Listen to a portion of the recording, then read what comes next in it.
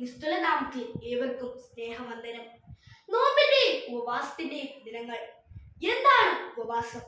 ഉപ പ്ലസ് വാസം, ഉപവാസം. ഉപവാസം എന്നാൽ അരികിലിരിക്കുക എന്നർത്ഥം. ദൈവവചന ധ്യാനത്തിലൂടെയും പ്രാർത്ഥനയിലൂടെയും ദൈവസന്നിധിയിൽ ഇരിക്കുന്ന ഈ നോമ്പിന്റെ ദിനങ്ങൾ ആശ്രയമറ്റവരോടും രോഗികളോടും മനസ്സലിവും ആർദ്രതയും കാട്ടണമെങ്കിൽ ദൈവസന്നിധിയിൽ നിന്ന് ശക്തി പ്രാപിക്കേണ്ടത് ഏറെ അത്യാവശ്യമാണ്. നാം ഇന്നിവിടെ തിരഞ്ഞെടുത്തിരിക്കുന്ന വേദഭാഗം വിശുദ്ധ മത്തായി എഴുതിയ സുവിശേഷം 8-ാം അധ്യായം 14 മുതൽ 17 വരെയുള്ള വാക്യങ്ങൾ. പത്രോസിന്റെ രോഗിയും ക്ഷീണിതയുമായ അമ്മായിയമ്മയെയും ഒരുപറ്റം രോഗികളായ മനുഷ്യരെയും മനസ്സലിഞ്ഞ് സൗഖ്യമാക്കുന്ന യേശു തമ്പുരാനെ ഇവിടെ കാണാൻ സാധിക്കും. അതുപോലെ തന്നെ മർക്കോസ് എഴുതിയ സുവിശേഷം 1-ാം അധ്യായം 21 മുതൽ 31 വരെയുള്ള ഭാഗത്തും ഇതിനെക്കുറിച്ച് വിവരിച്ചിട്ടുണ്ട്. ചില ചിന്തകൾ ഈ ഭാഗത്തു നിന്ന്. 1. ക്ഷീണിതരെ കരം പിടിച്ച് സൗഖ്യമാക്കുന്ന കർത്താവ്. പത്രോസിന്റെ വീട്ടിൽ വരുന്ന യേശു തമ്പുരാൻ അവിടെ പനിയാൽ ഭാരപ്പെടുന്ന പത്രോസിന്റെ അമ്മായിയമ്മയെ കാണുന്നു. യേശുവിന് മനസ്സലിയുന്നു. യേശു തമ്പുരാൻ ആ മാതാവിനെ തൊട്ട് സൗഖ്യമാക്കുന്നു. അവൾക്ക് പൂർണ്ണ സൗഖ്യം ഉണ്ടാകുന്നു. 2. സൗഖ്യം ലഭിച്ചവൾ ഉത്തമയായ ആതിഥേയായി മാറുന്നു.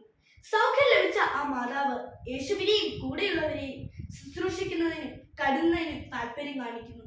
അങ്ങനെ കർത്താവിനോട് ഉള്ള തന്റെ നന്ദിയും സ്നേഹവും പങ്കുവെക്കുന്നു. 3. നസറേന്റെ സന്നിധിയിൽ എല്ലാവർക്കും പ്രവേശനമുണ്ട്. കർത്താവിന്റെ അടുക്കൽ ദിനംതോറും പാപമോചനത്തിനായി രോഗസൗഖ്യത്തിനായി അനേകർ കടന്നു വരുന്നു. ഹൃദയവേദനയോടെ വരുന്നവർ സന്തോഷത്തോടെ മടങ്ങിപ്പോകുന്നു.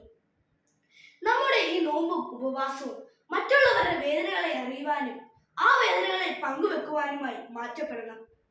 ടിബറ്റൻ ആത്മീയ ആചാര്യനായ ദലൈ ലാമയുടെ ഓട്ടോബയോഗ്രഫിയാണ് ഫ്രീഡം ഇൻ എക്സൈൽ. അതിൽ ഇപ്രകാരം ഒരു സംഭവമുണ്ട്. ഒരിക്കൽ ചൈനയിൽ വൻ ക്ഷാമം ഉണ്ടാകുന്നു.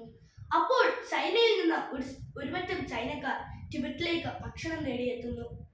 ഒരു ദിവസം ദലൈ ലാമയുടെ ഭവനത്തിൽ ഒരു ഭർത്താവും ഒരു ഭാര്യയും ഒരു മരിച്ച കുഞ്ഞുമായി എത്തുന്നു. ദലൈ ലാമയുടെ അമ്മ അവർക്ക് ഭക്ഷണം നൽകുന്നു. എന്നിട്ട് ചോദിക്കുന്നു, ഈ കുഞ്ഞിനെ മറവ് ചെയ്യാൻ എന്റെ സഹായം എന്തെങ്കിലും വേണമോ?